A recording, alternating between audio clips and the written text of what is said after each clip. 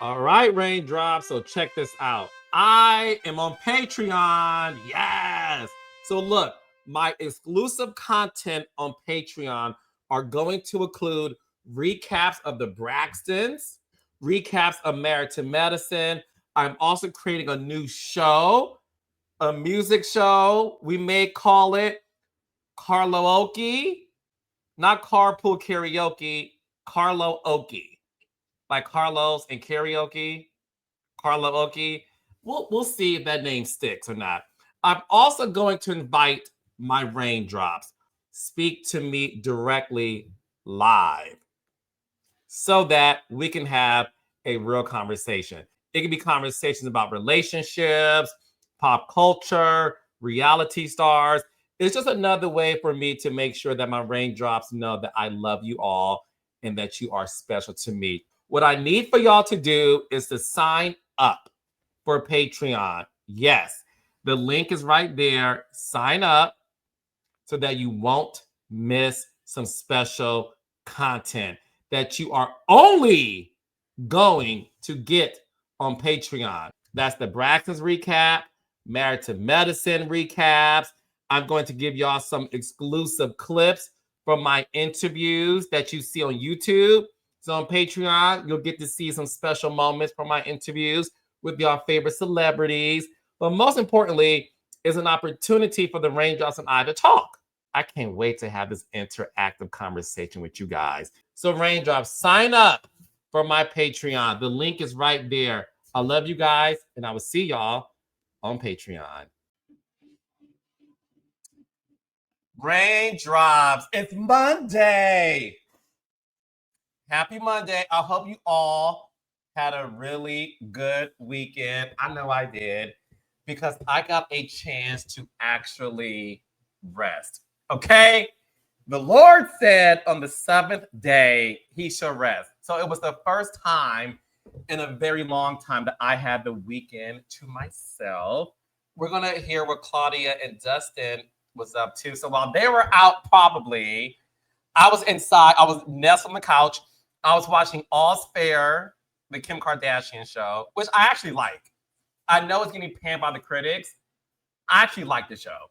So I want to hear Dustin and Claudia watch it. So I watched that on Hulu. I am caught up on Reasonable Doubt on Hulu. Lori Harvey is doing so good as an actress. Shout out to my friend Lori Harvey. Hey Lori, you are amazing. Now Lori is acting. And what's funny is a lot of people did not know that was Lori, but Lori's acting. So watch Reasonable Doubt. Okay, this week is the finale.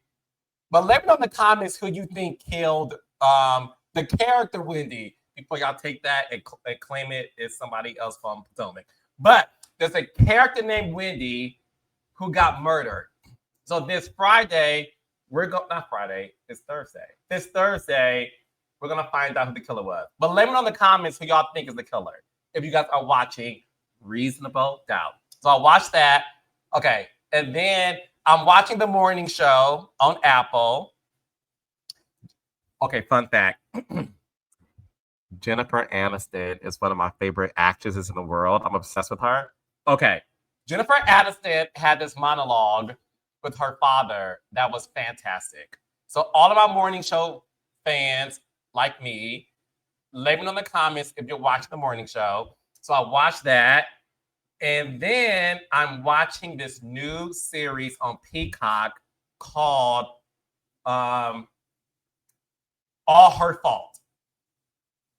It's amazing. I am 3 episodes in.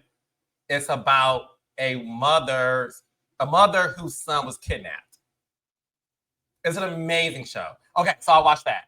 So I did nothing all weekend but watch that. And then I also I made brunch. I made tofu scrambled eggs. I made grits. I made dandelion greens.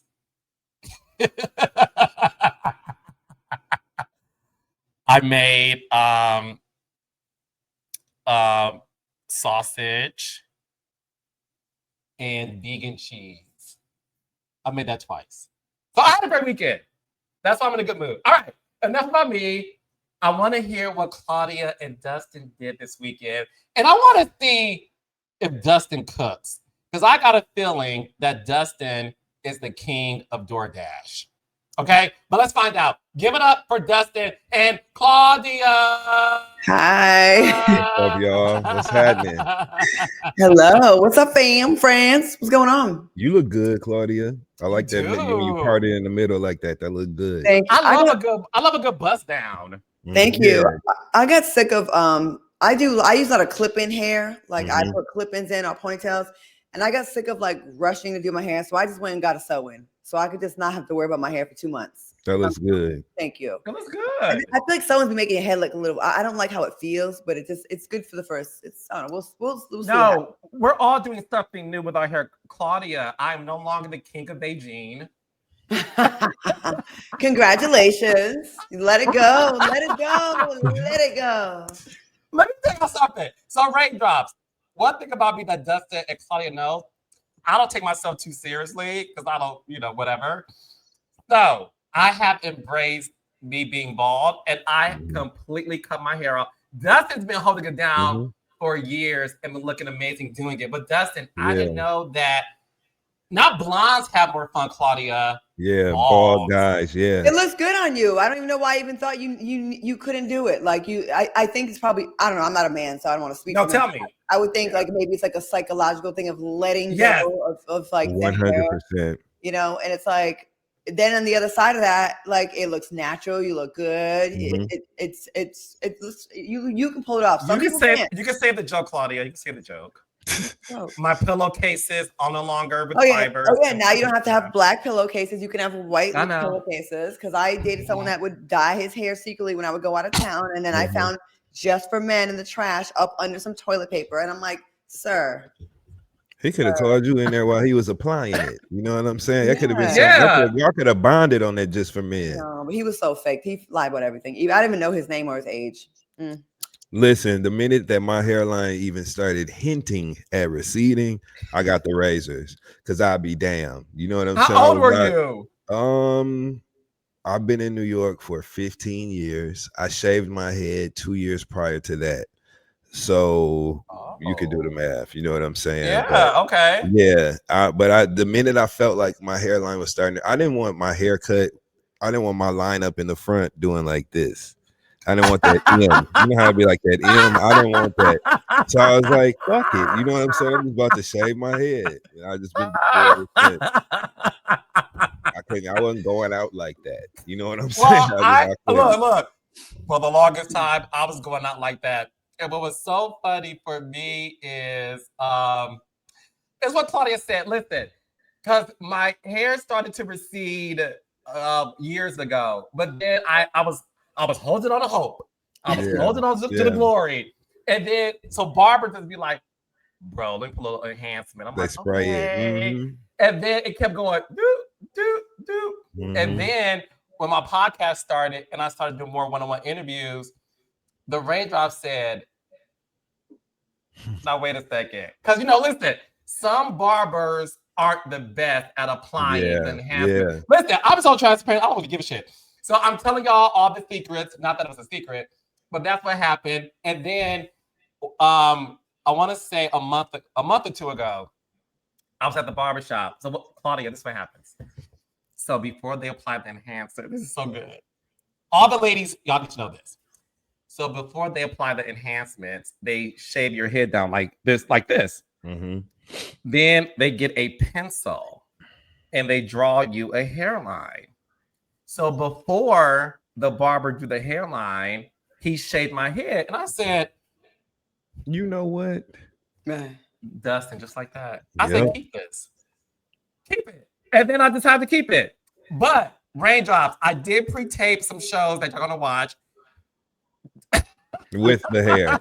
With the old Beijing. With the Sharpie shape up. Okay, it's all good. You are forgiven. Carlos is right too. Every barber is not good at that, using those fiber. What is it? The fibers or whatever it's called? Fibers, topics. Yeah. And some have the spray. Now I have some great barbers who did the damn thing. But every once in a while, because I travel so much that I was like, I can't keep doing this. Can you go in the water with that?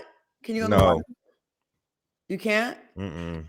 They be sleeping like, when women get their hair done and they sleep with their head over the bed like this. Oh, like a mummy. Guys sleep like that too. Listen, you got to find the right barber. You got to be like the Pointer Sisters and get you a man with a slow hand, Carlos, to do that, to do them fibers and shit. Okay. Well, isn't it very liberating now? Like, again, you could roll around on white sheets now. Yes, you can. You can get your head rubbed too. You don't have to worry about hugging someone and like half your forehead, your hairline come off. Like, and you look good. You got the face. Free. You are free. Shackles, Carlos, thou art loosed. you free. You's free. I think you muted too, actually, because we can't hear shit you saying right now. Right, that part. Okay. No problem. We're gonna fill up the space. Me and Claudia are good at that. We're gonna fill up the space like the Beijing used to fill up the hairline, but now he's free. That's right. That's right. I'm looking out. He looks happy. He's glowing. Very happy. Yeah. And then you don't have that, that insecure look when you're like an imposter. You're like, damn, I hope they don't notice. And then you like, I can't put my head down all the way. Yeah. I can't. Oh no, it's raining. You know what I'm saying? Like, yeah. Wait, am I back? You back. You are can't back. hug someone with a white shirt. You know what I mean? Like you good now. You can lay your head on his pillow. You can do all and that. just relax. Lay your head. So look, raindrops. One thing about me, I'm always gonna be transparent. I'm always in on the joke. I have seen some of y'all messy ass tweets to me. Carlos, give it up. I have given it up, turned it loose. What up, In Vogue? And I am a happy camper. But Claudia, how was your weekend? Did you cook? I did. I really have perfected my honey garlic snow crab legs with potatoes and corn. It's so good. I made that again. I also was in LA for the Ebony Power 100 dinner, which I went to. That was great. And then me and my friends went to dinner afterwards in Shaq. We all were there. Shaq, Tracy Edmonds, Stephen Bishop, my friend. Hey, Tracy Edmonds. What a conversation. Right? Yes. Oh my God. So we made fun of this, but Shaq had hit on a couple of us back in the day. So he was telling everybody how I sunned him. And then Tracy's like, and then we all got in on it was and he was a great sport about it. Yeah. I did ask him to help out next year with the prom project with the boys. And he said he's 1,000% in. He owns he owns JCPenney's now. So he owns JCPenney's. So he's committed to help out. Money. God damn, Jack. And we realized how long we've known each other. Like he was one of the first like celebs I met when I moved to LA in like 1997, 1998. And he was very funny. We had a great time at Crustaceans. And then I cooked this weekend. And, you love Crustaceans, Claudia. Claudia is the queen of Crustaceans. I do. It's her favorite restaurant in LA. It fell off a little bit though. I've been trying to deny it. It wasn't the same. I'm gonna have to go in the bag and talk to Mama, the grandma that has the recipe, because it was a little dry this time. And if I'm gonna spend $200 on some noodles and a crab, well, I didn't spend it this time. But wait, did Shaq take the bill? One of his business people that he was with, I don't know if he's the person that takes care of the bills or if his friend did it. So I don't want to take away his credit if the friend got it. But they were cracking up laughing because I was telling my stories. I was in my bag and they was dying laughing. We was talking about a lot of shit. And so we had a fun meal. Dustin, you and I got to work on that. We got to have an appointed person whose job, Dustin, at the end of the night is to grab the card. I love it. Let me tell you, that bill was nothing nice. It was definitely 4 figures. So, you know what I'm saying? It was definitely. I love a good dinner like that. I love a good dinner, great conversation, talk a little shit. You know what I'm saying? I love that. Especially when it's like guys and girls talking about relationships. Like it was so funny, like the way men think versus women. It was so hilarious. Like it could be that could totally be a TV show with like dinner parties. You know what I mean? Well, you bring out the best people. So the last time I was at Crustaceans with Claudia, it was me, Claudia, a few of her friends, Tracy Edmonds, and Sean Robinson from Access Hollywood. Okay. The funniest thing, and you know she's from Detroit as well, Dustin. Yeah. Sean Robinson, who was gorgeous, is such a lady. Oh, and Claudia, the entire time, was being Claudia. And she kept saying, I'm sorry, Sean Robinson. I know I'm ratchet, and you're such a classy lady. Because Sean Robinson the whole time was like,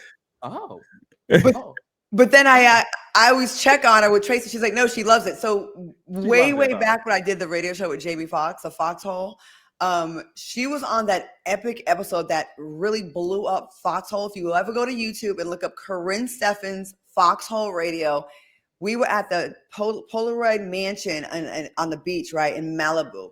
And Sean Robinson was a guest, so was Jeremy Piven's, and so was Superhead, right? Mm-hmm. Well, Corinne Steffens. So Sean Robinson is there when we had the most ratchet, disrespectful, ridiculous, no questions have ever been asked like that interview. But that's what blew Foxhole up. And so Sean, I was like, poor Sean, you don't know what you was getting yourself into. So it's kind of like a little callback to that. Like, so now I actually enjoy it because I feel like she's so ladylike, and I kind of know what I'm doing. I fuck with her. But I love Sean, and I think she secretly enjoys it. But I love friends like that just get it and don't be trying to. They just be themselves, and you can be yourself, and everybody just gets it. I love that. But she hosts our reunion for what is it? The show? 90 Day Fiance. Yes, and did you see the episode with Fiance, right? Yes, and she has to see a lot of ratchet stuff. You see the one with the lady, the husband didn't want to say that her coochie stank. And Sean was like, "Oh wow." Yes, I did see that. We have problems, and he was trying to be coy about it, and the girl was like, "Well, he says my stuff stinks," and he was like, "I was trying not to say it," and Sean was like, "It was so funny." I think she even said something like she kind of checked him about saying it. I believe, if I remember correctly. Sean, surrounded by ratchets, Sean. We love you, Sean. Love you, Sean. Yes. How was your weekend, Dustin? I had a great weekend, man. Been deep in my writing bag. Prepping for my upcoming comedy shows. We're making some announcements this week about some shows in December. So I'm just really excited, really working hard on that. And I did some gay shit this weekend. I went to they had a big ball, no pun intended, but a big ball in New York City for the what house was it? Damn. Yo, saying I did some gay shit this weekend is so funny. That needs to be a t-shirt. I did some gay shit this weekend, man. I had such a good time. I had such a good time too. I buy that. Shout out to the House of Mugler in New York City. We was at the Brooklyn Paramount, you know what venue that is, and it was huge. Great time. I had such a good time. I was rubbing elbows and speaking to motherfuckers and shit. I had a good time. Saw every day. How many numbers did you get that night? Getter gave out. Oh, you're a giver, not a taker. That's two different. We know that. You know what I'm saying? Do we know? Okay, so when you go and do some gay shit, like you said, in that community where, like, first of all, I'm sure you're just a huge. Dustin's major in the gay community. Is, FYI. Right? What is the reaction like when you walk in? Like, is it you can't go a few steps? Are they all over you? Especially you got that big D energy. You fine as fuck. You sexy. You dress fly, and you want to pop an ass shows. I appreciate your words, my friend. It's a good time. Listen, they call it the gay community, right? It's about community. So when I enter social spaces, I know a lot of people, and I always say, hey, check in on motherfuckers. You know, certain people you only see at the club. I know. I'll tell you. So you have the pick of the litter. I'll tell you, girl. Anyway, because he's not gonna say it. Dustin Ross is a pillar in the gay community because yes, he's all the things physically, but he is a very warm, nice person, as we know. The last time I hung out with Dustin was Pride weekend in New York City, and Dustin is the mayor. Not only is he the mayor, he is also somebody who I consider to be the Drake of the gay Black community. He is a certified lover boy. Everybody wants him. But the best thing about him is this. He makes everybody feel wanted. Oh. Thank you for Is that a good accurate? Thank you for seeing me. Okay. So Claudia, meanwhile, you know me, I'm such a journalist, Claudia. This made me the whole time when I'm out with Dustin. Like, me and Carlos be like, you are crazy. That's what Carlos keeps telling me. It's on loop. Anytime me and Carlos have been in a club party environment together, he goes on loop being like, you are crazy. I can't wait for us to. Will you be in New York on Friday? Yes. Carlos, where will you be Friday? Where should I be on Friday? New York. Let's go to dinner. Let's go to dinner. When you get there? I'm getting honored in DC, but no, on DC Friday morning, but then I'm gonna hop on the plane at like 2:00, get to New York, and then they want to do a scene with me at this comedy show that night, I think. So I might be flying for the night and then going to Vegas for BravoCon on Saturday. So I will have Friday night. If we can just do a little, just come in like a thief in the night, Carlos, like you like to do. Just get in and get out, you know. How much of come in, eat real good, and then leave. Oh, I love to eat real good and be in and out. All right. So listen, let me know. Text us on the group chat. Now, let's get into the latest episode, Belle collected some raindrops. We have Kerri Paul, our newest Belle, who is going to join us shortly. And yes, we are going to recap the Real Housewives of Potomac after that. But first, Belle Collective is back.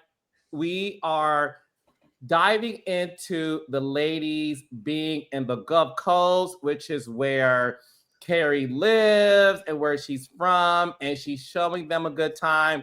Dustin, talk to me about one of your favorite moments from this episode that we can recap. You already know what it was. It was a fleeting moment, but it was my favorite. Kerri's family coming in with that food that I wanted to eat some of. That's what. When the Creole Brigade came through the door with that Tupperware, and you know the food is good when it's in like some grocery store bags wrapped up in that with foil and shit. It's the packaging and the presentation is typically an indicator of how good the damn food is about to be. And that food, that gumbo, when I tell you I would have been seated. So I love seeing her family. They had big personalities like Kerri when they came in, and that's always cool on shows like this when people's extended family and friends, they kind of take up space on the show too in a way that's enjoyable. So I loved that. I thought Kerri did a great job hosting. I did. I thought that they had a good time. And then when the medium came in and started digging motherfuckers up, talking and speaking to everybody, I was like, yo, this is what's going on? You know, like, what are we doing here? But that was fun, and it was great television. I thought this was a great episode. What about you, Claudia? I like the whole medium thing. I do stuff like that sometimes, and I'm fascinated by that world. And it made me emotional because when people cross over and talk to you, and when the medium was nailing stuff. Like what? There's people that would just tell you vague things like, ooh, someone in your family is in pain. Okay, boy, bye. Get out of here. Right. But when they're specific like that and they tell you things that only your relative will know, I love that. I think Kerri did a great job with the combination of highs, lows when it comes to like bouginess. And I think that's good for these types of ladies because then we get to see them in like their full personalities. You know what I mean? Like, okay, we can all go to black tie events and be hoity-toity and oh, give me, a spot of tea, whatever. No, we're gonna eat crawfish with our hands outside. We got to ask about that mayonnaise and bread thing because I don't know about that. But like, I love how she brought them into her world. Like, if I brought people to my world, I wouldn't bring them to all the high-end places in Rhode Island because that's not realistic. When I lived in Rhode Island, I wasn't on high-end shit. I was just trying to get by and get out of there. And I love like going back home and going to the things that like, I don't know, like she enjoyed back in the day. And I thought that I think she was the perfect host and she gave the perfect combination of events. Yeah. And I like the Crawford thing to me was hilarious. And Marie, how you gonna say that food though? We might need Marie back on here to ask her about that because she really was not feeling the food. Yo, got a pizza. She got a pizza. One thing about it, baby, in them small like coastal towns and shit, that pizza be slapping. And I guarantee you that pizza was smelling and tasting good up in that house. I guarantee you it was. Unless she's allergic to seafood or something. I don't know if she's allergic or anything. Maybe. I think she's allergic to Kerri's food. But look, impatience. Kerri, she was impatient. Okay. Yes. So let's bring the lady right in, who is our newest Belle. And look, I think Kerri is a fantastic addition to this show. So Raindrops, give a warm welcome for our newest Belle, whose actual birthday is today. Kerri Paul. Yay! Happy birthday, Kerri. Thank y'all. Happy birthday, yes. What sign is that? Is that Scorpio? You Scorpio. Okay, Scorpio. Yes. Kerri, what is the biggest myth about Scorpios that happens to also be true? Ooh, the biggest myth. Well, I know it's true that the Scorpio is the leader of all the other signs, so y'all might call that a myth. But I'm going I've never to say heard that it that. happens to No, be Aries. It's Aries. Yeah, hello. They say Scorpios are the most freaky. Mm-hmm. I've heard that. That's a known thing, Kerri. You know you heard that before. You ain't never heard that before, Kerri? I've never heard that before, but I mean, I've never had a problem pleasuring or being pleasured. Oh, So okay. I'm So that would be a cool. And also, it's 11. Never mind. Also, I have Scorpio friends that know everything about me because I'm an Aries. I give it all up, right? I don't know nothing about them. I have friends for 20 years. I don't know if this girl is married or not still, right? I think I'm like, are you married? How many kids do you really have? Like, you know I what? don't know That might nothing be a about. Scorpio thing. Is that a Scorpio Because thing? Yes. I say that of my friends. I need to know your grandma, your mama, your daddy. I need to know your social. Like, No, I need to know your I want to main know number. everything, but y'all don't disclose much about yourself. Yes. Oh, I tell it all. So you tell. So that might be the myth. I do disclose. Okay. I don't know nothing about my Scorpio friends. They be like, "Oh yeah, I'm having surgery." And I'm like, "When were you sick?" Like they be like, "Am I not your Why friend? she You don't tell me lying? shit. Like what's going on?" Got a lot going on, Claudia. That's what that is. You busy. So, Kerri, welcome to Bell Collective. Before we get to this episode, I do want to ask you this.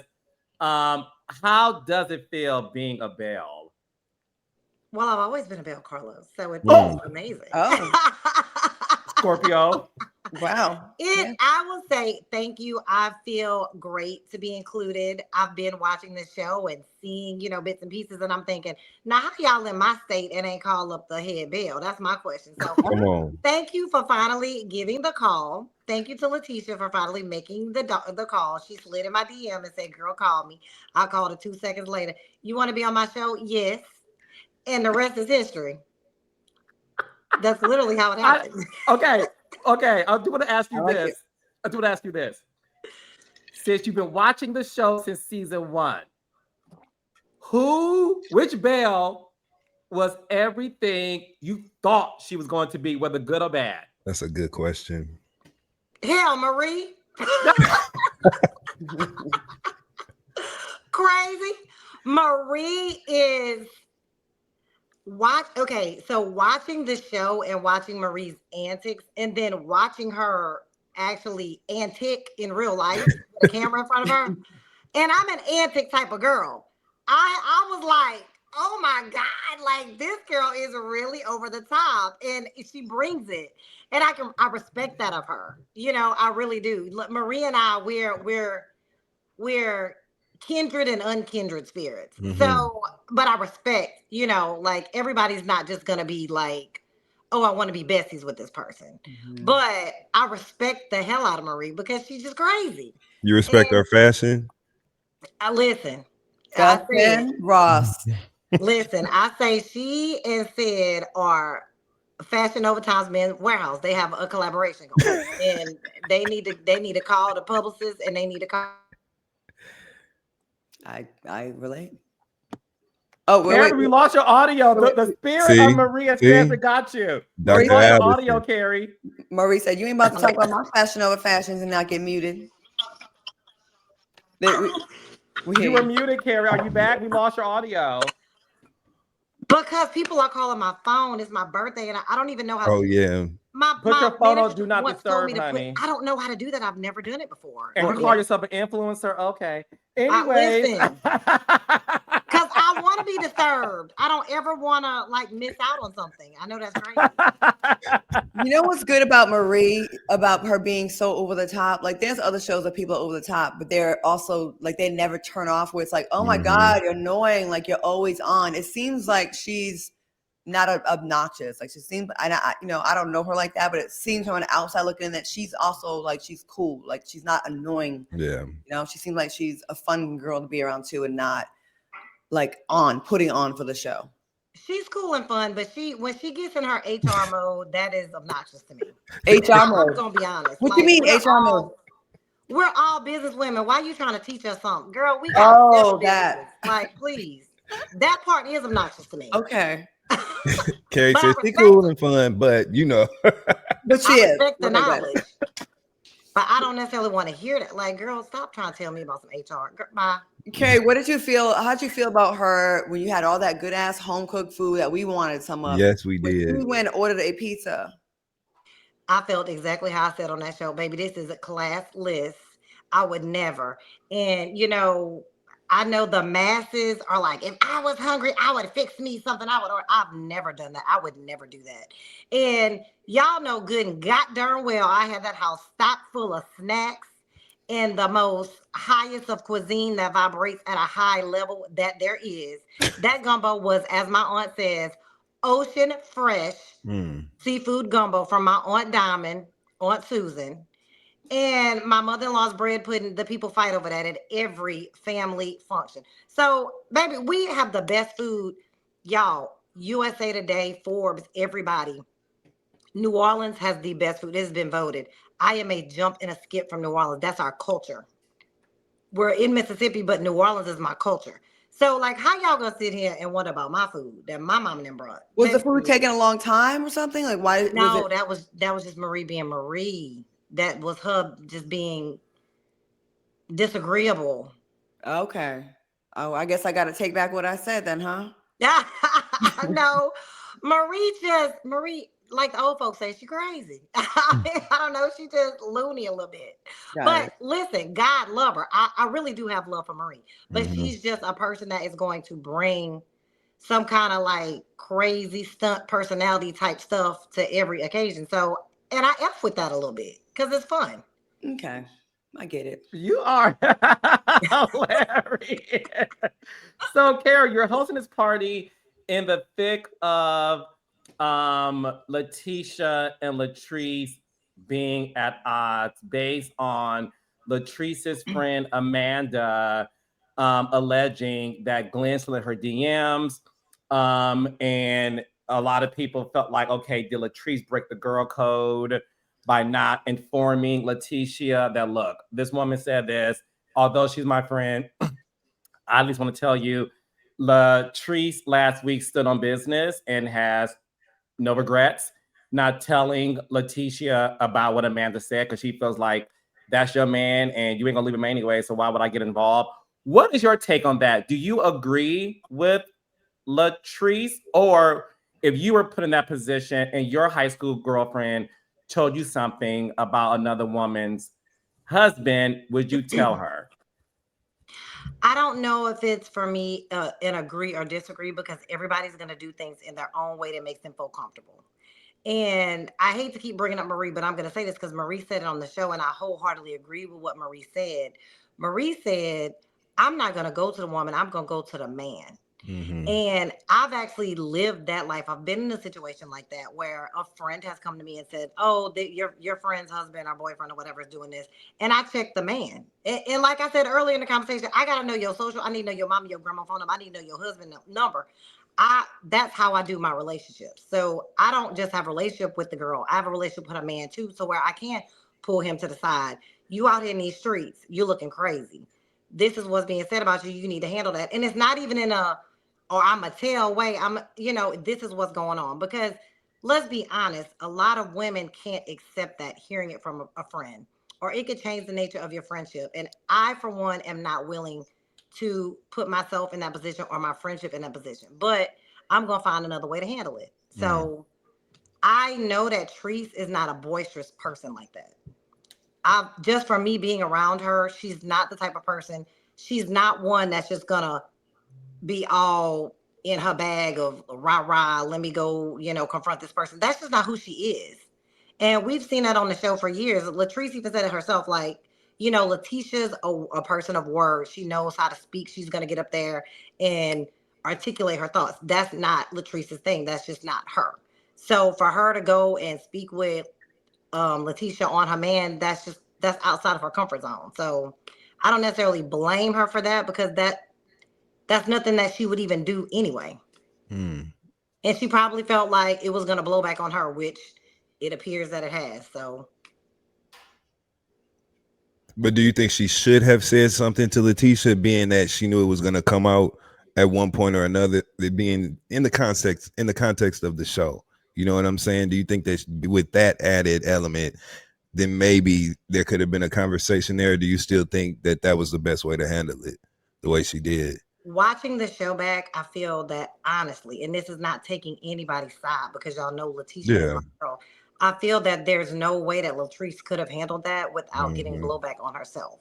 From all Mm-hmm. the water that was under the bridge between those two, there's no way that Latrice could have gone to Letitia and said that and it not have ended the same way that it ended, in my opinion. Yeah. It is a tough situation to be in. It's like, damn if you do, damn if you do, damn if you don't. I've been on both sides. It's like you don't tell, the friend finds out, why'd you tell me? You knew and you didn't tell me. Then you tell, it's like, oh, you hating, or it's so hard. And there's been water under the bridge, because you could say, oh, well, she told her, in the past, and maybe Latrice felt like, well, I got burned from that, so I learned my lesson. But again, it's not me. It's not my situation. This is just me. I feel that I'm an intuitive person, and so I like to kind of watch. I mean, y'all, we're like upper 30s, 40s. Like, we're not new to this. We've seen relationships go asunder. I just am a person that I want peace. And, you try to kind of lay back in the cut and watch. But I mean, who wants all that drama and all that rah-rah? Yeah. Not me. And I know they don't either. They've experienced it before. And you brought up being intuitive. What was one of my favorite parts about this episode was the fact that the amazing LaCara, who is a minister medium, came to the house and she gave you ladies a reading. One thing about when people see a medium, a prophet, or a psychic, they don't believe that it's real. Can you talk to us about that? Because obviously you were there. In present moment, was LaCara gift, did it shock all the girls, and how accurate was it based on you being there witnessing what was unfolding, even to the point where she was talking to Selena about her deceased son? Okay, so I know it is an uncomfortable thing for a lot of people. A lot of us are Christians. I'm Catholic. And so the minister medium, it was a bit of a polarizing situation because some of the ladies didn't feel comfortable to partake, righteously so. Do I feel that she truly had a gift? Yes. Do I feel that, and this is how LaCara explained it to us. She said that in history, throughout history, people will weaponize things because they don't want us to have resources. And I am a larger thinker. I am a Christian, I am a Catholic, but I believe that several things can be true in life at one time. Mm-hmm. And I believe that this lady truly had a gift. And when she started speaking about my personal experience and watching it back, I didn't quite remember everything that happened. So I'm watching it back. And I see where Latrice at first was like, no, you ain't got to do no reading for me. And then I had my reading. And then Latrice was like, oh, no, I really want to have my reading. And I got emotional again watching Latrice because Latrice said after how Kerri reacted, it made me want to go and do my reading. And I was like, oh, wow, that was such an impact on Latrice to even move her forward in a direction to receive. But when LaCara brought up the situation with my family, and Black people, I say this all the time, I feel like they don't give us mental health. They don't give us, we just like to, and I said this in jest when I said Marie crazy. I said the crazy in jest. But when for us, it's like they don't give us bipolar, manic depression. They don't give us this person is depressed. They something wrong with them. They're crazy. There is such many, many years and layers of deep-seated trauma and passed down trauma that we've dealt with as Black people that we don't deal with. And it's like that stuff bubbles up. And so whenever LaCara said the words sweep it under the rug, baby, I fell out. Because that is a term that my cousin and I talk about often. Y'all, like at least once a month. Oh, here's our family sweeping this under the rug. And it was like, it was so spot on. I knew she was speaking to me. I knew that she was speaking to my aunts who had gone before us, who had passed. And dealing with the trauma of suicide in a family. Like y'all know I get emotional on this show, and it's like, people say, oh my God, Kerri, you're really opening up. My husband asked me one time, Kerri, you're such a great actress. How are you crying on cue? I was like, that was real. I can't hide the real me and who I am. But like, I get emotional because those are the real things that we're dealing with as a family and still dealing with. And for LaCara to unearth that and to uncover that, it was such a beautiful moment, but it was scary too, if I'm being honest. Why, something flew around the room? No, it flew through my heart.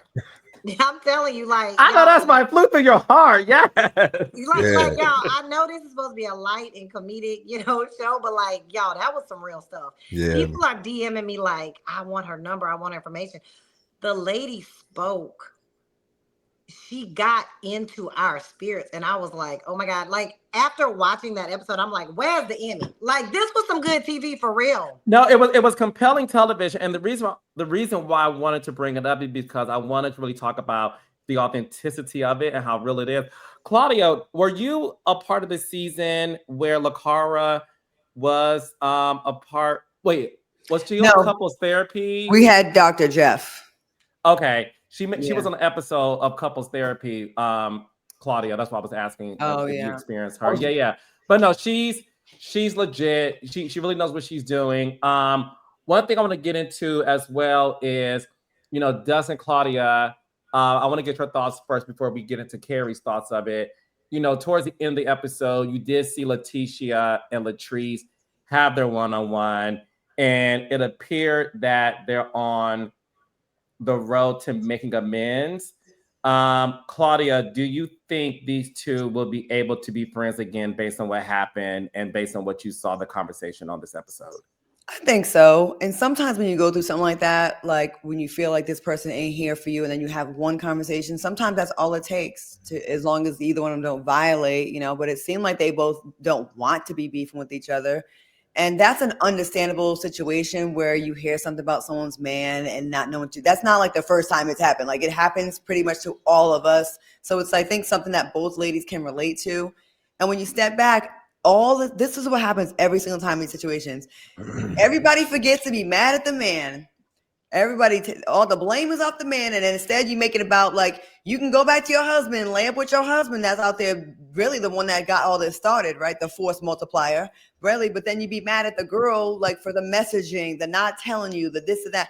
There would be no situation without the man stepping out of line a little bit. I gotta say it. So I think, when you go back to your home and you think about it, you be like, it's really not about the girls. It's about the man. So I hope so. Dustin? Yeah, I'm with Claudia on this. I definitely think there's room for redemption. I definitely think that based on what we saw in the episode, they can move forward and find a new path to whatever friendship looks like for them, right? One thing that I definitely appreciated is the fact that this entire episode, these women didn't argue, right? Like, even with that conversation between Latrice and Letitia, that much necessary, conversation that they had, they weren't over talking each other. They weren't screaming at each other. They were literally talking things through. Latrice was asking direct questions. Letitia was being very clear. I thought it was effective communication, and I was proud of them for doing it, because we're talking about somebody's marriage and we're talking about somebody's character. You know what I'm saying? Like, these are very personal things that typically people would be cussing each other the fuck out about on television, but these ladies sat there and talked. It looked good to see them after all these years and all the ups and downs that we've seen in their friendship, their relationship. It felt so good to see them just talk it out. So I appreciated that, and I definitely think they can move forward. I like to add that it seemed like out of all the reality shows that we watch, you ladies were probably the best at that, because it seems like you guys are more in the moment where you're really trying to get to the bottom of it, whereas some reality shows, you could tell they're just doing the shit for a scene. We'll get to that in the next segment. Go ahead, Claudia. Like, in real life, right, when you're talking to people that you actually at one point cared about or still do, you wouldn't be, oh, camera, let me read this bitch down real quick. Let me say sorry, but let me jab you. In real life, you wouldn't really be like that. And I get sick of that, because in real life, you're not like that in your real friend circles. It felt very real how y'all are talking to each other, like the cameras aren't there and y'all not really doing that for the cameras. I'm sure there's a little bit here and there, but generally, it does not seem like on Bell Collective that y'all are playing it so much for the camera, where other shows, I'm like, goddamn, like Potomac. I love Potomac, but every scene y'all reading each other, and there's you never get a fucking time out. Like, you never get a break where she's not coming for my neck. I got to be on defense. So you guys can be vulnerable. You can, like, let your guard down a little bit and actually have a real conversation, Carlos King, and really talk. And I like that. Yeah. It is actually exhausting. Like, when I watch some of the other shows, like, I wouldn't hang with a friend circle where every single scene I have to be on defense because this bitch about to come for my neck. Every scene is a lot. So I kudos to you and your whole cast. And you did provide a good experience. Like how can you be mad after you ended it perfectly with the medium psychic? You really, really did. Did I say it wrong? Is it medium? No, it's okay. Minister medium, it's fine. Minister medium, okay. Because like that's a good note to end off things. Like after that, it's like I think it made everybody realize how small these other things are. Y'all talking to people that you've lost in your life that I'm here to talk to them anymore. So I thought that was chef's kiss at the end. It really was. Yeah. Yeah, good Kerri, job. before I let you go, this week, this Friday, we have the season finale of Bells. Now look, Raindrops. Already? I like this. I know. Look, now I got Dustin Claudia cussing me out too. I know. Listen, I create the show, I produce it, I provide the content, I cast the girls, I hire the producers, and I deliver the show based on what they order. Whose shoulder do we need to tap on? I'm not gonna say because somebody need to have a real conversation. Oprah people. Oprah Winfrey. I know you busy being a billionaire, but listen, we need more episodes of Bells because we just getting into it. Right. I know, but hopefully we'll have an announcement very soon. But Kerri, Paul, what can you tease about this Friday's season finale of Belle Collective and the upcoming reunion? What can I tease? Hell, the main event I wasn't even invited to. So what can I say? It's a season for me. I'm trying to see. I'm locked in on Friday. What? Let me see what happens. You weren't invited or something? You got left out. I don't know if I quite made the cut, but listen, it's all in love. It's all in. No, it's not. That wasn't. And so we want to hear about it. Well, I'm a new friend. Maybe there was, maybe it's like we want our day ones. I believe in a day one. I have my own day ones that have been there, so. But y'all are on a TV show together, and you just made all that good gumbo for those people, and you got left out of something. Bread pudding. They ain't let you in. Crawfish. Busy. Sometimes I need to be left out, honestly, and it's fine. Kerri, I gotta ask you something. Why did you not leave out the mayonnaise and the bread with the crawfish? We've been wanting to ask you about that. Ain't never seen it done like that before. What the hell? Let me tell you something. Y'all have seen a lobster roll, haven't y'all? It ain't nothing but a roll, some white bread, and some mayonnaise. So I don't know why everybody's freaking out about that. And people are like, oh, she's stuck up in it. Now listen, remember, I need y'all to rewind the camera. I had a glove on. I work in food services. So a glove is nothing more than a malleable rubber piece of, thank you, a malleable fork on your hand. So I had forgot the fork. So excuse me, the forks and knives. But I'm gonna tell y'all something. That is maybe my family thing, but it's basically the same as a lobster roll. But I'm gonna tell y'all something. Y'all get that good mustard off that crawfish, the yellow part. That is not the poop. It is the fat. It is the flavor. Get that part and that crawfish. Put it on that white bunny bread with that blue plate mayo, baby. The best eating you ever had. And I got that from my grandma, Granethel and Papi. Okay, let me tell you something. That's somebody named Granethel can cook. Okay, someone named Granethel can cook. Okay, I believe that. Did y'all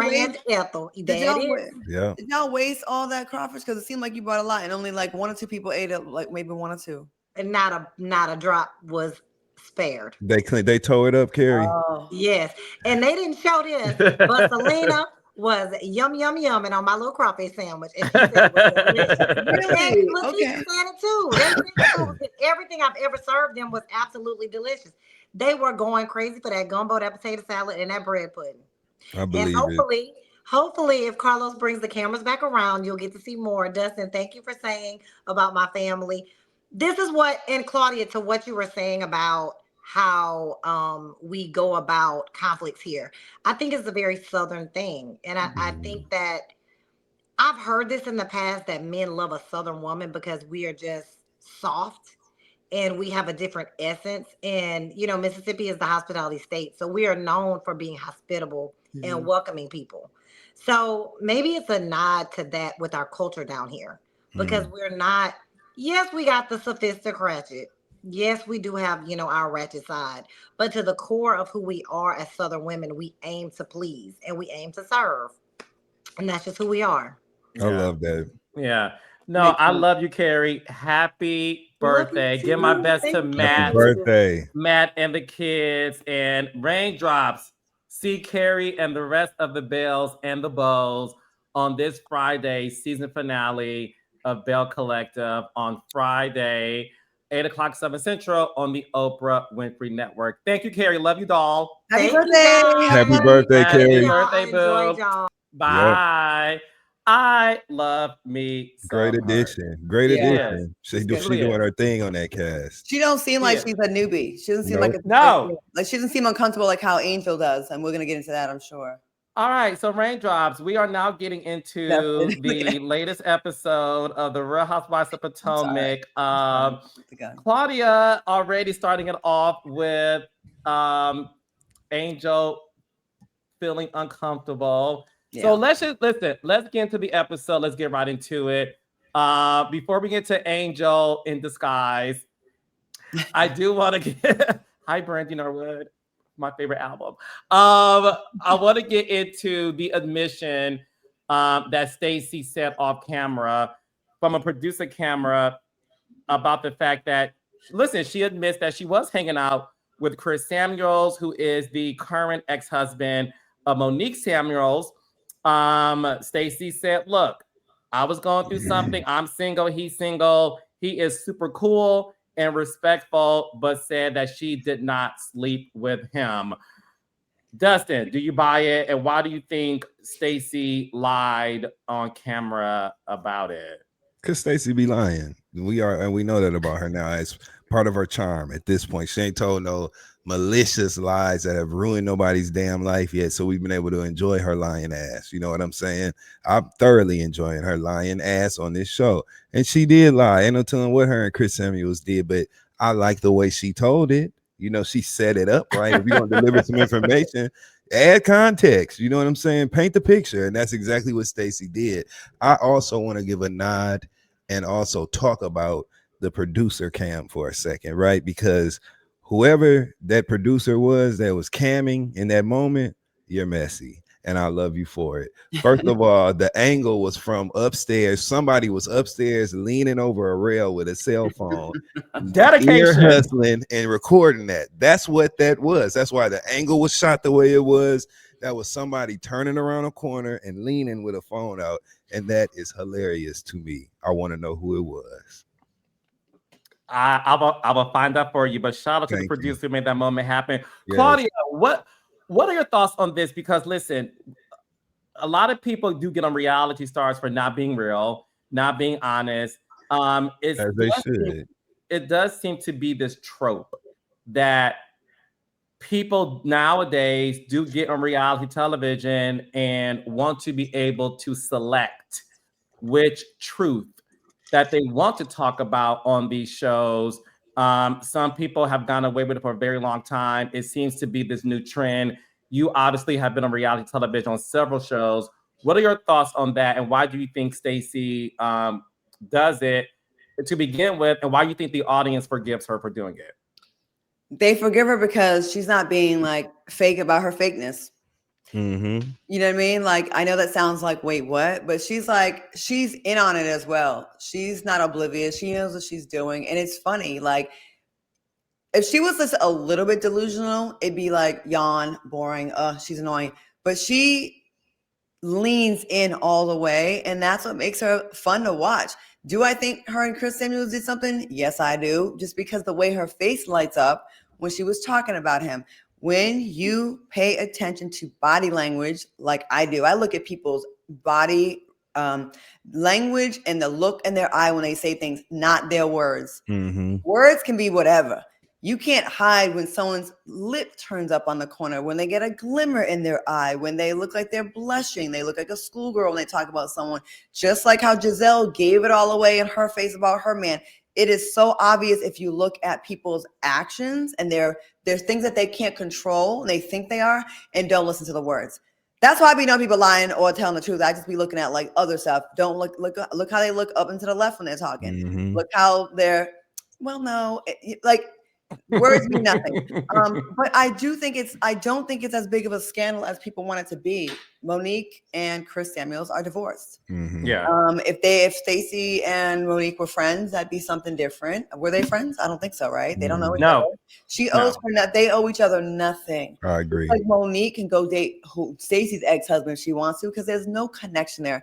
I think it sounds good because we know Monique's coming back. So it's like, ooh. But clearly, if Monique still want to be with Chris, I'm sure she could be if she wanted to. Okay, but she's whatever. That chapter is closed. It's not that big of a deal. But yeah, I do think they messed around just from her body language. I think she told on herself, and yeah, I think there is a lot of pressure on reality shows to provide. You have to have something going at all times. And the Potomac women, the way they are going so hard this season, it almost feels like everybody feels like their job was on the line. The way every single episode, every single scene, there's no break. No one gets to just chill. Like you got to have your head on a swivel with this cast, because if you don't, you will get clowned. And I feel like that's what I know. I'm bringing up Angel very early on in this conversation. No, go right ahead. I think Angel is uncomfortable because when she watched the show, I don't think she realized how difficult it was in that pit. Like these women are quick, and they clock every little thing, and they don't let you rest for 5 seconds. They don't.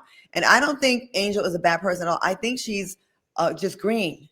She's just green doing reality. She's not green watching, but she's green doing it. And I do think that I ain't gonna lie, this last episode, she does cause a lot of stuff on herself. Like she picks the worst time to like have a gripe with something. Like I wish she'd like kind of pick and choose when maybe I'll talk about that later. She kind of ruins the moment sometimes. Mm-hmm. But I will say the other girls to me are very much the type of girls that gang up on one person when they feel weakness. Like they're like a wolf pack. When they sense any weakness amongst the pack, they're going to just go for that person's Achilles tendon the whole show. And it's almost getting a little old. You know, this woman's insecure right now. She's the bigger girl of the group. I'm just going to go ahead and say it. She's coming off of giving birth. And these girls are they are being a little bit mean girlish to her. They keep on doing this to her. You know, she's sensitive. She's still not comfortable in this group. And I don't really know if reality is for her when I see this. Because when they see you showing weakness, they're going to keep on picking that scab. I actually agree with you. And we will get into the rest of the episode. I'm going to start by saying this. This is my advice to the Potomac cast. I think the production is fine. The producers are doing a great job. Mm-hmm. This is not about the producers. This is a great season. It's not about that. But to me, this is my fair warning to the Potomac ladies. And this is a fair warning to all reality shows, mine included. You know, I'm not gonna sit up and say it's not about the production, it's more about the cast. Everybody can't be a force multiplier on these shows. Okay. I will always bring up this show, and I don't care how many times I bring it up. I don't care how many times I get exhausted about me bringing it up, because this cast is the best cast to ever be on reality television, and I will go on record saying that. When you look at the Real Housewives of Atlanta, season 9 on down. Okay. The beauty of that cast is everybody played their role. And everybody played their position. It's the reason why we love Cynthia Bailey. Mm-hmm. She never wanted to be Nene. Mm-hmm. Nene never wanted to be Phaedra. Phaedra was Phaedra. Portia was Portia. Claudia was Claudia. You know, Candy was Candy. The list goes on and on. Sheree, Kim. It was never a show as much as activated as Sheree Whitfield can get. Sheree Whitfield was a silent silent killer. Too. You know what I'm saying? You know, it took her, was a silent killer. Then he came in, bam! And Phaedra leaned in on the juxtaposition of being a church girl and a lawyer, and also being somebody who had these sexual overtones, right? That's a nice way to put it, but yes. So they all leaned into what they were, but I never looked at those girls like they all trying to be the queen bee. Yep.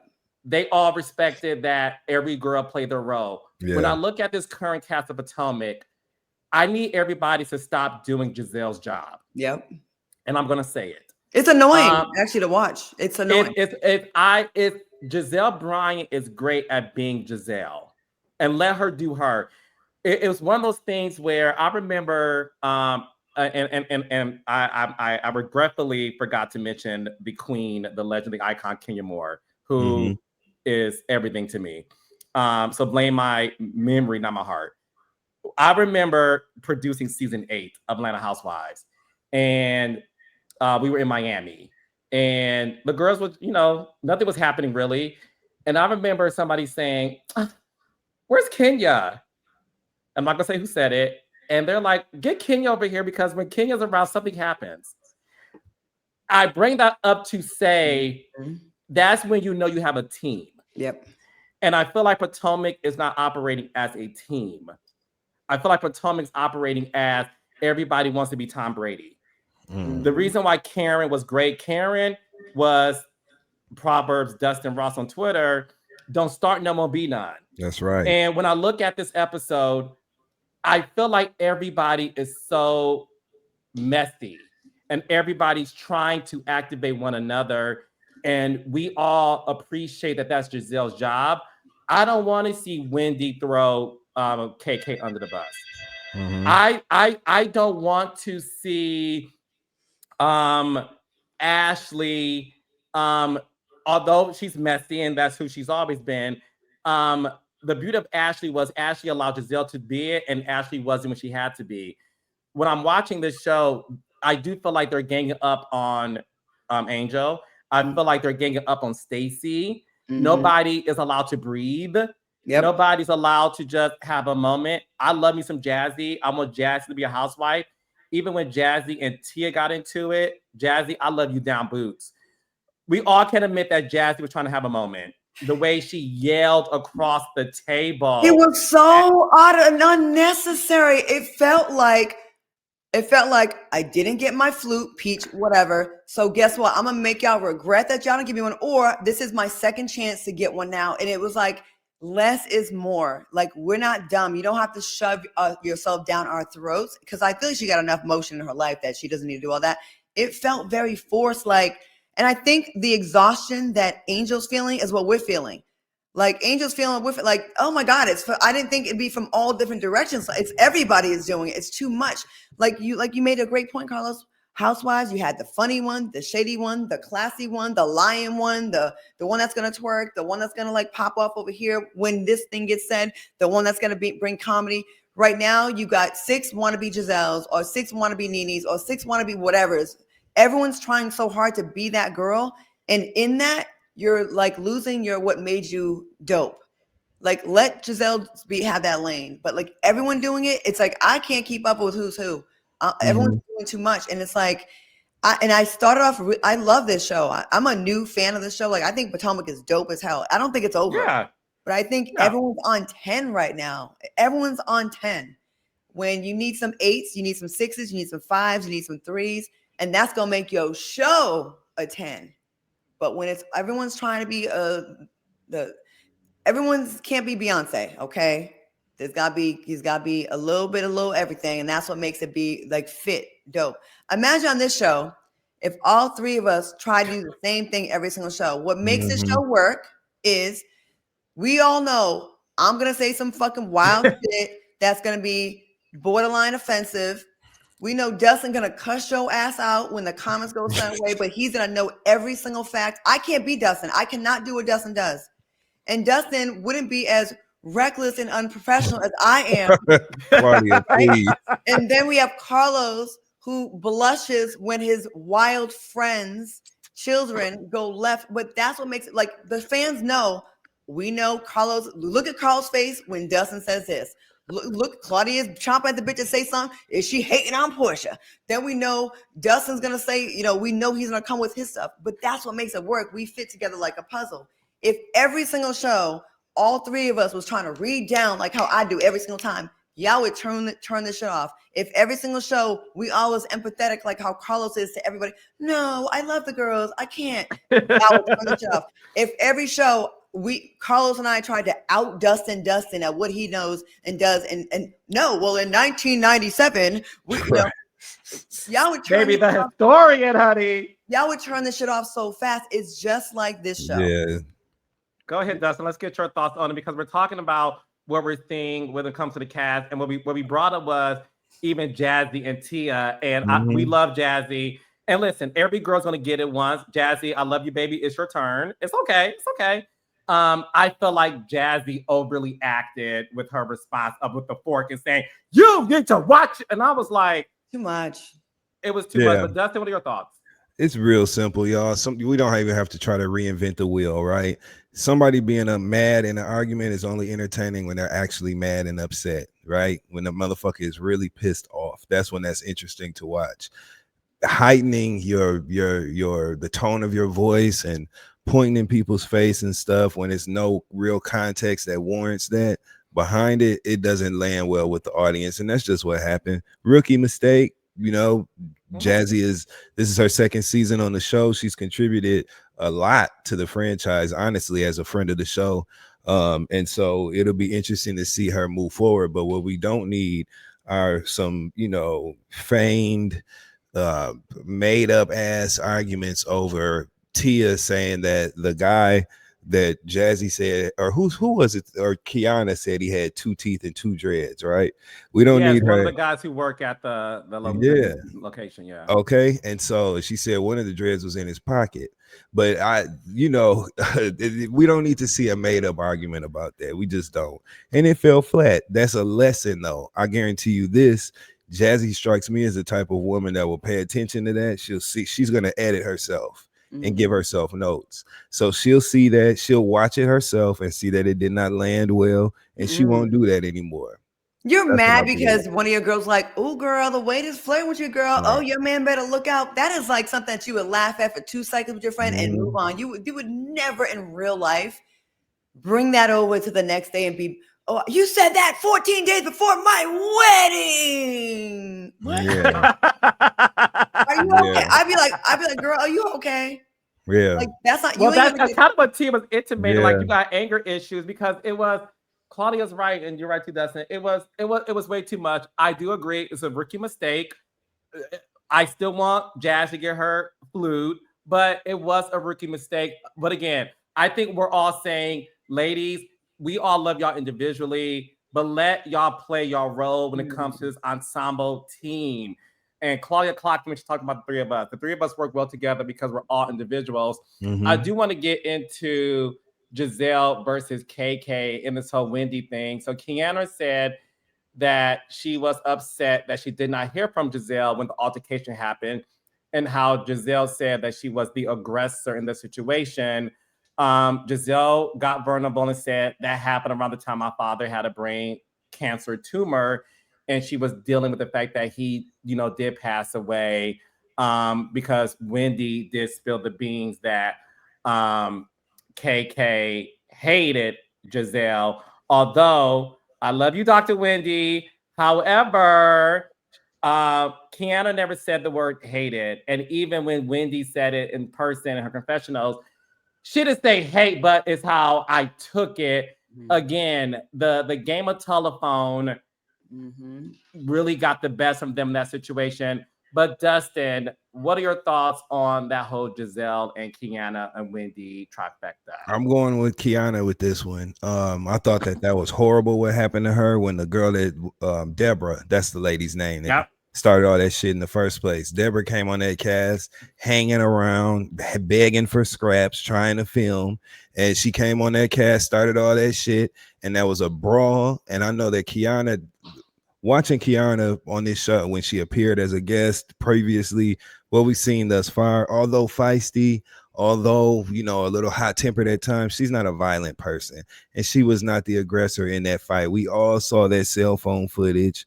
We all saw the whole situation, and Kiana was not the aggressor. Gizelle was wrong as hell. That was Gizelle doing that shit that she always does that makes people have issues with her regarding it. That her and Robin were notorious for doing that. Taking other people's sides, twisting people's words, looking at shit through a fucked up lens. That's all that was. Kiana was not the aggressor in that fight. She was defending herself against that girl that wanted to be a part of that show and sat up there and lied on Candace's husband, saying that he was and lied on Eddie, this is not a trustworthy person. And so if I was Kiana, that would have pissed me off too. And I would have told Gizelle how I felt about it as well. Now, I do have, of course, empathy and grace for Gizelle losing her father. And you are a person who you're out of your head when you're dealing with grief like that. And you might do and say things that typically are not, normal for you to do. But that kind of shit is what Gizelle always does. And so the correlation of the two, I'll give her grace for that, but it still was not surprising. And it doesn't seem like a result of her grieving. It seems like typical Gizelle shit. Damn. I had a situation like this with a friend of mine where it was very, very, very similar, except it wasn't death, but like my friend, I'll say her name because it's one of my dear friends, my girl Tony that lives here in Dallas. I was going through my breakup with the coach and I was very, very devastated because it came out of nowhere, right? Mm-hmm. And my friend Tony was going through a divorce. We both felt like each other wasn't there for each other because I think we're both Aries too. So we both, I think, put on this, I'm good, I'm not tripping, but while secretly home devastated, right? So we didn't talk for like 6 months. And all it took was one conversation where she got to hear where I was mentally and I got to hear where she was. And we both realized, damn, you know what I'm saying? Mm-hmm. Like, it's easy to feel like you weren't there for me, but then you have to put yourself in other people's shoes. Yes, that is a Gizelle thing from what I hear, right? But we got to give her a pass a little because her dad did pass. And, for sure. on this particular one, right? On this one, we can talk about other ones, but on this one, yeah, I mean, I'm not going to be as receptive or even paying attention to what you got going on right now. If my dad's in ICU, my dad dies.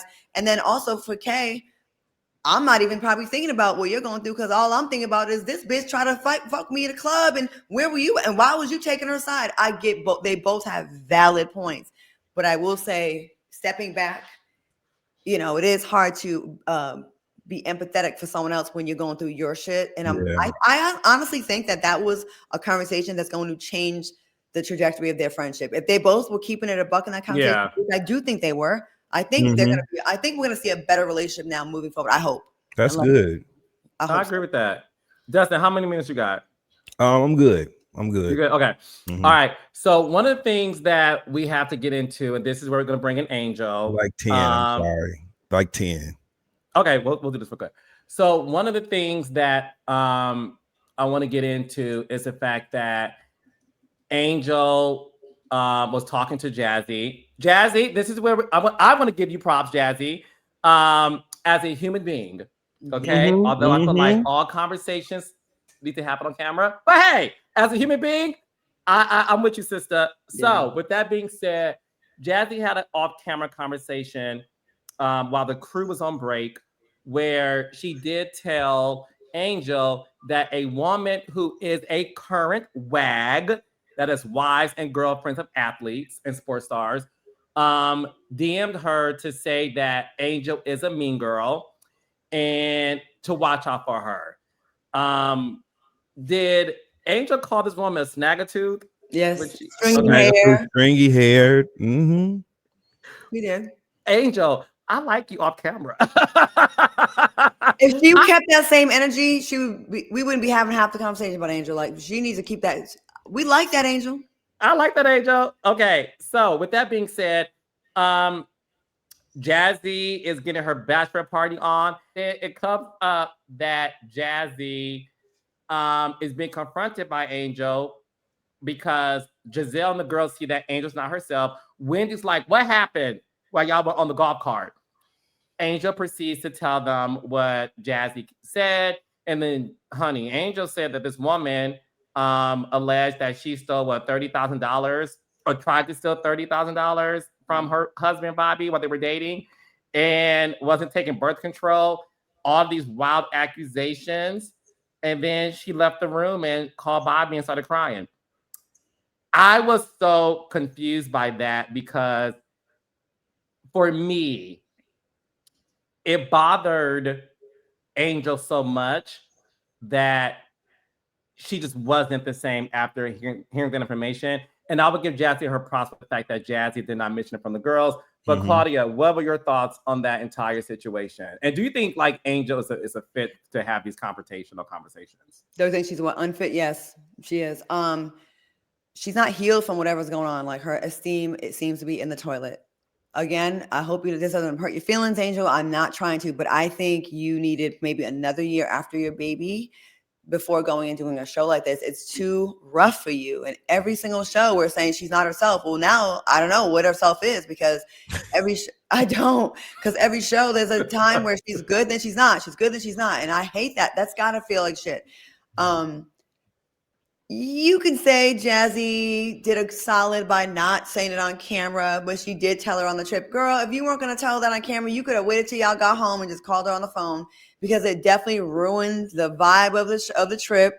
You know, we've seen her enough time to know once you give her some news like that, she's going to have an attitude. She's going to retract. She's going to go inside her head. She's not going to be fun anymore. Like she's going to talk shit for a minute. And then 10 minutes later, she's going to be sad. Right. I just think she's just very fragile right now. And I think she cares so much about what these women think of her that everything feels like it's on 10 for her. And then the girls don't help it either, because they do kind of poke fun. They see weakness. People are in groups, groupthink, mob mentality. Like when they feel like one is like kind of like limping behind, they gonna go for you. And you see, like they're not really that empathetic. Oh, for a minute, are you okay? But then they're going, she mad again. You know what I mean? Like they don't really care for her. They don't care. That's because she ain't talking about shit, Claudia. That's why. It's not like she's talking about when Gizelle talked about losing her father. We cared about that. People cared about that. They were sensitive to that. Angel getting mad because somebody called Jazzy talking shit about her. Sorry, we got all the shit going on in the world today. Okay, and then we supposed to feel what for her crying about that? You know what I'm saying? If anything, let's focus on the comedy. When she walked out, when she left out the bridal shower, which can you bachelorette party? Can you imagine if some niggas had a bachelor party and got to licking on each other's chests and pouring shots on each other's chests and shit on camera? The world would implode. But I thought it was hilarious that they just fell right into all that and it was just fun. But anyway, yeah. By the way, love that moment. When she, when she love it. When she walked out, did y'all see that angel wing? You know, she had the wings and that halo on. So when she had been sitting in that chair, apparently so when she walked out the room, when she walked out in a huff, that motherfucking wing was bent up. It looked like a chicken wing. It was bent up. So, and all I could think about was Sparkle. Remember in the movie Sparkle, sister can't fly on one wing. I was like, Angel, you can't fly on one wing, baby. You can't fly on one wing, baby. Angel having a hard time. And if she would just lighten the fuck up and have fun a little bit, like, damn, everything doesn't have to be a emotionally damning fucking moment. Like, just everything's a thing. And my thing is this: if you're a wife of an athlete, anyone that's ever dated an athlete or a celebrity or reality star or is one yourself, you have got to have thicker skin than that. When you first date an athlete, all the girls that want him or that was in his roster or whatever, I don't know if he did have one or not, but there's going to always be a lot of girls that are going to be mad and come for you. I'm surprised this ain't old news to her by now. Like me, I'm used to being called, they're going to call me O's, a hoe, lonely, cat lady, broke. It does not fail. It can't still bother me at this point, right? It can't still bother me. Like you got to just, at this point, like, girl, so what? I mean, the man married you. I don't think he'd marry you if he really thought that you stole $30,000 from him and try to trap him into a baby. So at the end of the day, Angel, I think you don't realize how much you're really winning in real life. And you're so worried about what these people think and the internet and everything that you're not even like present for your blessings. You got a husband that's a good looking man. I'm not trying to get at him, that loves you. A child, you're on a poppin' reality show. She's pretty. She's got a sexy body. Like, and I think she's so busy worrying about what she don't have or what people are thinking about her that she's not enjoying her life. You have a very blessed life, Angel, and I hope you receive this. You are worried too much about what the popular kids at high school think, and I think that's going to be your downfall. And I hope you can get out of your head and enjoy this. Like, I wish I can go back to my one season of Housewives and maybe like, you know what I mean? Like, it was fun when you look back at it, and like, not everything can't be so serious my friend, like, I feel bad for you. I do. I feel like you need a homegirl on there. You need a Claudia Jordan, like what Claudia did for Kenya on season 7, to come and help you out, because you don't have it on that show. And further to your point, you did have fun. I remember in season 7, we talked on the phone when y'all were in Puerto Rico. Yeah. And after you had tore Nini's ass up, we talked on the phone about it, and you were laughing. I wasn't afterward. mad. Claudia was laughing that same damn day. So that she did, like, you have I got called a half-breed, a slut, bankrupt, a whore. My clit left my body. Y'all was coming for my bob, but my hair was the only real hair in sight. Me and Carlos King were the only ones with real hair, and that's it. Everybody else had a wig on, a stocking cap, a swim, You tried it. They all had that. They all had 27-piece bust downs. Y'all had all kinds of shit. A lace front, a closure. I don't know none of that shit. I had my real short hair that was shoulder length, and it was humid, so I curled that shit up because the ends get frizzy. Real hair reacts differently than fake hair. Fake hair will be smooth and silky in the most Amazon of Amazonian forest, but real hair is gonna react.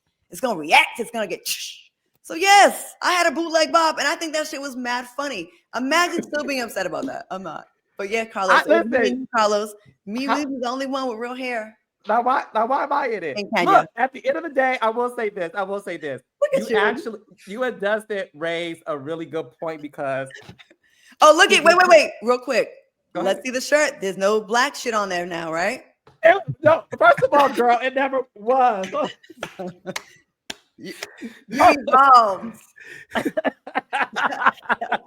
You couldn't do that before. Look at you. Like how Whitney. Who wig did Whitney touch and did this too? I forgot who was. No, Aretha Franklin did that to Whitney. Yes, of being one divas. So there we go. Yeah. No, okay. So Angel, honestly, listen to Claudia. We gotta run, but I will say this: listen. We have fun on this show, but I really do hope that, because I think you guys know that all the girls watch this. What's up, y'all? Hi, y'all. Hi. Don't be mad at us. We just trying to give you it's all love. What I want to end by saying is this. I really believe Claudia is giving some great advice, and Dustin bringing this up. I really think, I hope Angel watches and listens. And if she is asked back for a second season, take heed. I don't know too many women on reality television that can say your clit left your body. and to have that back and forth exchange, and to leave that table, because mind you, me and the producers were back there screaming, laughing. We've never seen anything like it, and the girls heard us. Portia and Phaedra said, "Carlos, can you shut up? We can hear the audio person said, Carlos, can you stop laughing? We can hear you." That's how funny it was. But for the woman on the receiving end to call Dustin afterwards and laugh at being having that exchange, it goes to show you that, look, yes, be yourself, but I think Angel has to understand that you leaving these rooms and then calling Bobby, that's not what's going to make you great. It reminds me of, when Tanya from season 8 just wasn't present because she was overthinking, and I love Tanya. Listen, being a reality star is a hard gig. It's not easy, but I feel like, Angel, you have everything it takes to be a great one. Mm-hmm. And if you are asked back for a second season, I really do hope you take Claudia and Dustin's advice, and it's like, have fun. Just have fun, and just know that you are there to be you, and you are there to defend yourself in the moment and not walk off from it. So she shows moments of that she has it in her. She shows moments of that, but yeah, I think she's whoever is emotionally invested loses the argument. The reason why I was like that with mine was I didn't give a fuck. I wasn't a fan of no one. I wasn't looking at anybody like they were larger than life. I think because she was a fan and really watched the show from the beginning, she may be a little bit intimidated. Like, well, that's Gizelle. Well, that's Wendy. So she can't pop up. Like, she's in her head too much. She better wake the fuck up then, because that shit is not serving her. Wouldn't you say? It's time to pop your head out of your ass, Angel, and get in the paint. It's time to listen to some Kendrick Lamar. Yeah, you know what I'm saying? Some Trina. She needs to play some Trina. You know what I'm saying? Get her zone. You know what I'm saying? Yeah.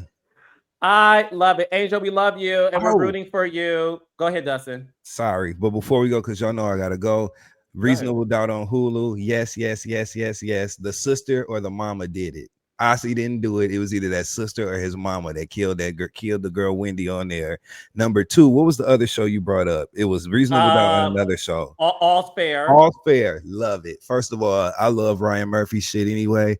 Anything Niecy Nash is in, you know I'm watching it. That's just cold. We watch Niecy Nash.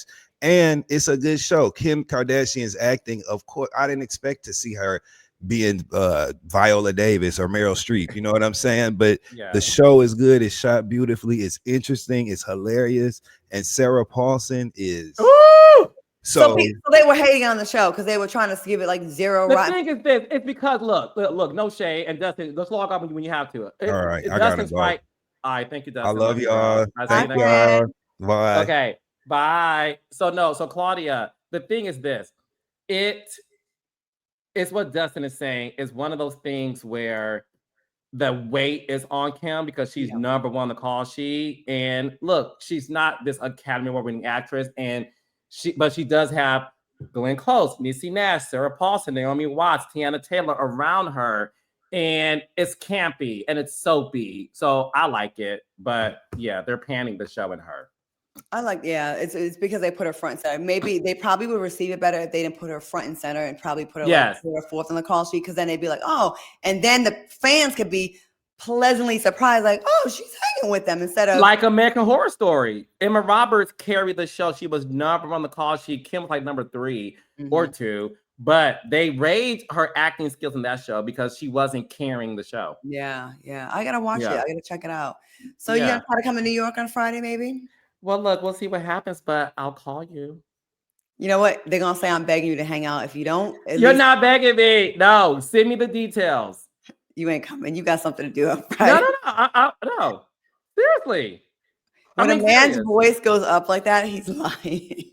Remember, I read body language. I can see you. Raindrop, next Monday, we'll let you know if we still go to New York. I can't wait to gag you. I'm going to see you. Oh, I want to be gagged. It's been a long time since I've been gagged. On that note, Raindrop, I love you. Have a great night, and we'll see y'all on the next one. Bye. Claudia is crazy child. All right, Raindrops. So look, head over to my Patreon account because we are going to have a live group chat. Let's talk about the Braxtons, Potomac, Bells, and some other stuff. Let's have a real conversation after hours. So head over to my Patreon. That's patreon.com/TheCarlosKing. I'll see you over there in a few minutes. 8:30 p.m. Eastern.